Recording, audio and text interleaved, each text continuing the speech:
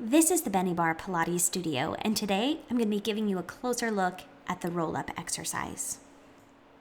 The roll-up is a warm-up exercise that immediately follows the 100 in the classical series. Just because this is a warm-up exercise doesn't mean it's not challenging, it's just where it falls in the series order. This is a wonderful exercise for preventing and improving back problems as it strengthens the muscles and encourages the spine segments to function correctly. The stretch of the low back muscles can cause them to relax and reduce stiffness and backache. First, I'll go through how to perform the exercise and then some variations and modifications if you're not able to perform this exercise, so stay tuned for that. And also go through things to avoid and a couple more details about why this exercise is so beneficial.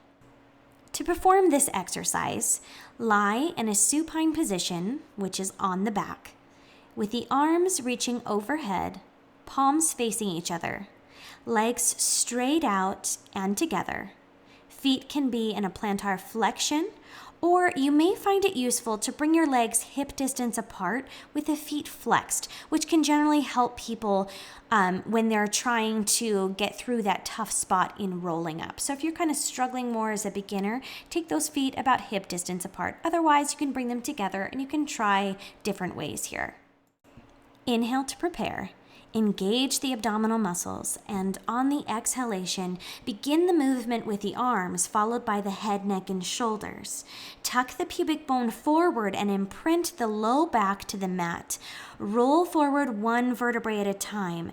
Your spine should be in and maintain a C-curve position throughout this exercise. Your abdominals hollowed and scooped out. Pause at the top with the shoulders above the hips. Inhale at the top in preparation and exhale as you roll down vertebrae by vertebrae, maintaining the C-curve, and end on the back, bringing your arms back overhead, inhaling here to prepare for the next. Next, let's talk about some variations. You can include elements of the spine stretch in with this exercise, as I often do in my classes. Begin the same way, rolling forward with the pelvis tilting up out of neutral, low back pressing into the mat, and rather than pausing at the top to inhale, continue to reach forward, stretching the hamstrings, and then stack up through the spine tall, one vertebrae at a time. Inhale to prepare, and exhale to roll back down. You may find that this spine stretch at the beginning of your practice is too much, and you might want to pause at the top and roll right back down if it's too much of a stretch through your hamstrings. But this exercise may happen better for you later in your mat work if you include the roll up midway through your Pilates work or later on in your practice. The combination of the reach and lift may feel very nice later on, but it might be difficult as you are just beginning your mat work. Going through some preparatory warm-up exercises before launching into the 100 and the roll-up can really make a difference here so that you can add in the elements of the spine stretch along with the roll-up here. Next, on to modifications. If you are finding that this is not happening for you, don't get frustrated. Let's talk about modifications. Many people will not be able to do this when they begin Pilates. I've seen it many times. Their feet will lift up off the mat when they're coming up or when they're coming down, and they may just find themselves stuck and not able to do it. But some simple modifications will make it possible for you to build up that strength and achieve this exercise. So go to a modification rather than jerking or thrusting or forcing your body to make this exercise happen. Let's begin seated with knees bent. You can hold on to the back of your thighs with your hands for added support, or you can start to advance and extend your arms out straight as you go along. We'll inhale to prepare and exhale, tilt the pubic bone forward, beginning the C-curve of the spine with the pelvis.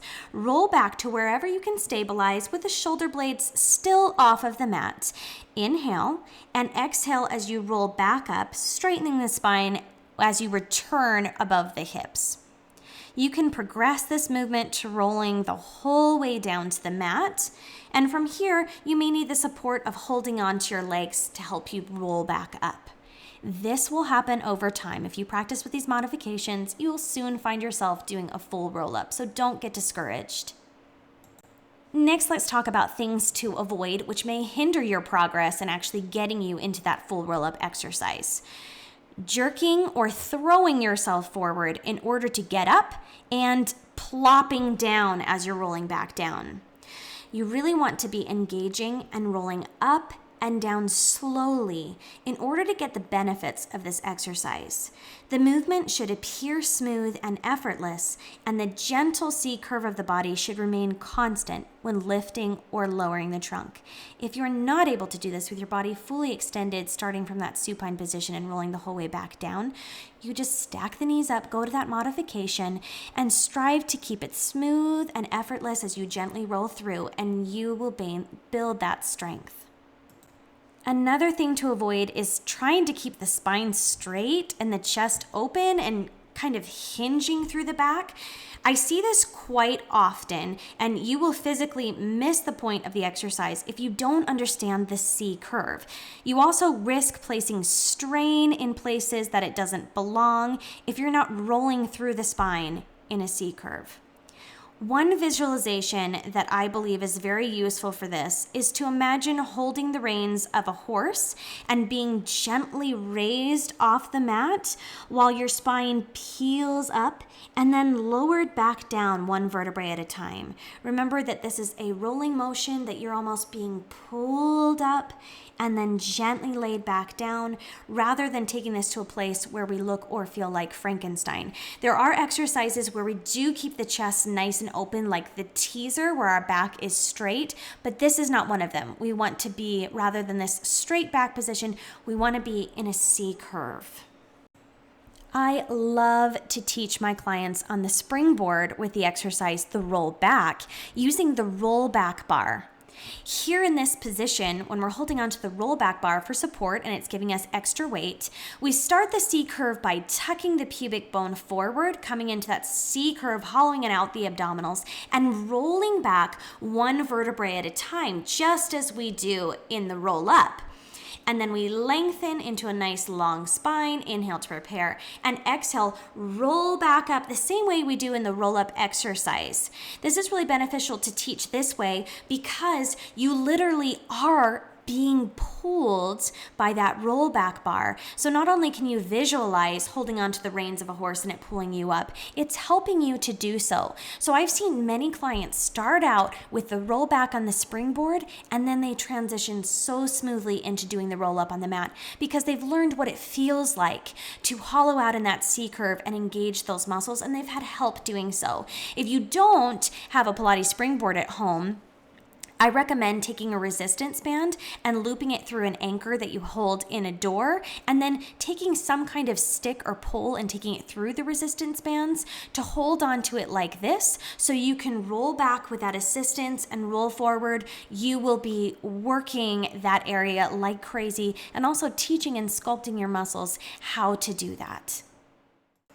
Let's talk next about benefits of this exercise.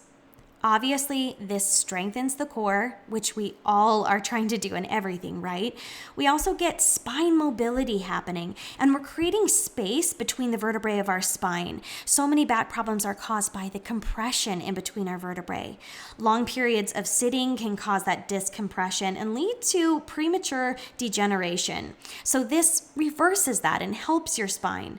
It's also great for flexibility for the back and the hamstrings, especially when we get that spine stretch forward and really start stretching through the hamstrings. That can be really, really useful. For people that have very tight hamstrings, that can be really challenging to stretch forward there. Can almost feel like you're stopped or blocked. So don't get discouraged there. You can simply hover at the top and roll back down. And that looseness will come with time and practice. Of course, this causes abdominal strength and the flattening of those abdominal muscles, which everybody kind of wants. Mastering and working on this exercise is so helpful for all the other exercises you're going to go through in your mat progress. There's a reason that this is at the beginning of the practice, and there's a reason that this is important. I love the roll-up. I've seen so many benefits from it. I hope that you have found this helpful in accomplishing your own roll-up and your practice at home. I'm Mare from the Bennie Bar Pilates Studio, certified Pilates and Bar instructor. I'm so glad that you've been here with me today. Be sure to check out my channel for more how-to videos just like this, going through the classical Pilates exercises and really breaking them down. I also have mat Pilates classes, bar classes, springboard, and much more. I'll see you next time on the mat.